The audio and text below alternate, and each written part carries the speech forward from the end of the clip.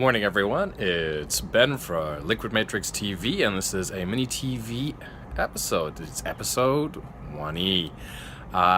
It's Friday, November something, I don't know. I'm on vacation, not keeping track of days.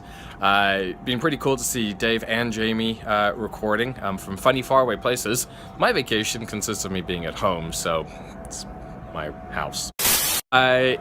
Interesting past few days. Hi airplane.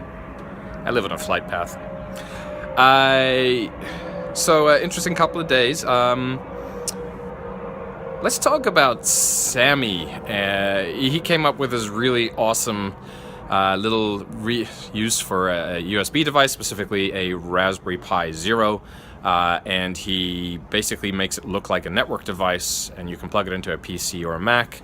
It becomes the primary route effectively through some nifty little hacks to going to the internet. Basically it advertises the entire range of networking addresses possible.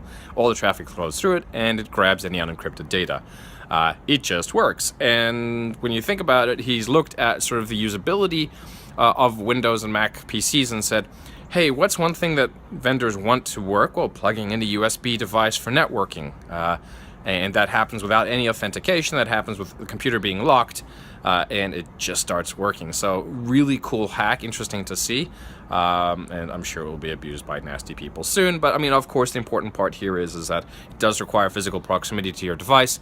So, well, this particular hack means that it can be defeated by not leaving your device unattended, or putting your computer into sleep mode, or, you know, check your USB ports whenever you leave them unattended. Possibly a little paranoid, but worthwhile.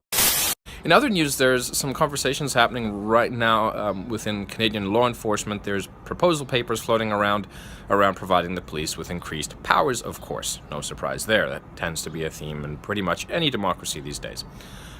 Maybe even some non-democracies.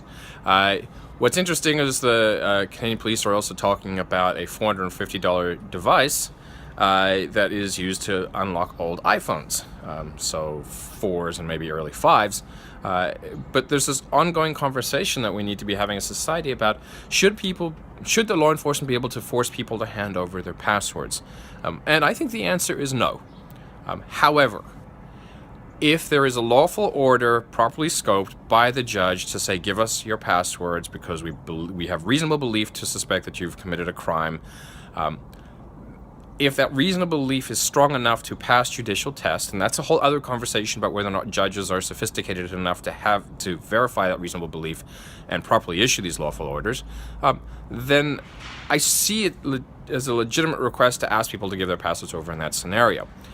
It's when the cops are going on a fishing expedition, when the judge is not actually acting in the best interests of keeping, law and law enforcement and the judicial process pure and untainted. That's when it can be problematic. And it's a very difficult conversation. But I think it's one that we need to have. And especially living here in Canada, it's one that right now is something that law enforcement can't do. They can't force you to hand over the passwords. And so I think this is going to become a topic of conversation. We tend to follow the US a few years down the road, so they do something, a few years later we do it. And so we should have a look and engage in this debate. And so if you are Canadian listening to this channel, please go read the position paper. I'll link it down below, and get involved in that conversation with your ministers of parliament, or with the law enforcement, the judiciary, with the media, whoever you have an opportunity to talk to. Anyways, hope you have a great weekend. This has been Ben for Liquidmatrix Security Digest, mini TV. God, that's a long name. If you are not subscribing, then please subscribe, because we're really keen to get our own channel name, and we need enough subscribers to do that. Have a great one. Bye.